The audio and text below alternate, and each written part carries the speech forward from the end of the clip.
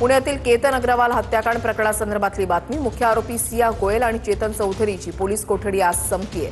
दुपारच्या सत्रामध्ये मावळ तालुक्यामधल्या वडगाव न्यायालयामध्ये दोघांना हजर केलं जाईल। या प्रकरणामध्ये आतापर्यंत 10 ते 12 लोकांचे जबाब लोणावळा पोलिसांनी नोंदवून घेतलेले आहेत। रणजित जाधव आमचे प्रतिनिधी या संदर्भातली अधिक माहिती देतील। रणजित,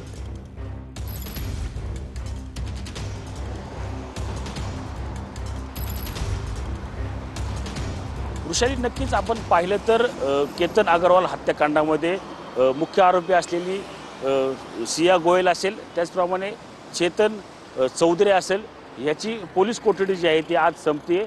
न्यायालयाने जी आहे ती त्यांना 8 दिवसाची पोलीस कोठडी दिली होती, ती आज या ठिकाणी संपत आहे। त्यामुळे आज दुपारच्या सत्रात जे आहे ते लोणावळा पोलीस वडगावमधील सत्र न्यायालयामध्ये त्यांना पुन्हा एकदा न्यायाधीशासमोर हजर करणार आहेत। या 8 दिवसाच्या चौकशीमध्ये अनेक मोठ्या धक्कादायक घटना ज्या आहेत त्या समोर आल्या आहेत, धक्कादायक जबाब समोर आले आहेत। त्याचं संपूर्ण वाचन जे आहे ते आता आज कोर्टामध्ये पोलिसांकडून करण्यात येईल। त्यानंतर आपण पाहिलं तर काल सिया असेल किंवा तिचा बॉयफ्रेंड चेतन असेल, हे या दोघांनाही घेऊन लोणावळा पोलीस लोहगडावर गेले होते। त्या ठिकाणी ज्या क्राईम सीनचं रिक्रिएशन जे आहे ते झालं। त्यानंतर देखील अनेक धक्कादायक गोष्टी ज्या आहेत त्या पोलिसांच्या समोर आल्या आहेत। या दोघांनी कशा पद्धतीने प्लॅन केला, कशा पद्धतीने केतनला मारलं, कशा पद्धतीने ढकलून दिलं, अशा अनेक घटनांची जी आहे ती काल उकल लोणावळा पोलिसांनी केलेली आपल्याला पाहायला मिळते।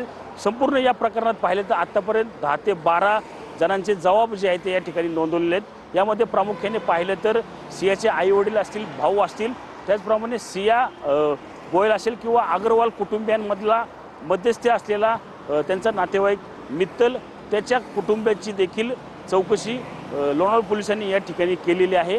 त्याच पार्श्वभूमीवर आपण पाहिलं तर आज या दोघांची ही पोलीस कोठडी संपत आहे। याच ठीक, धन्यवाद रणजित दिलेल्या सविस्तर माहितीसाठी।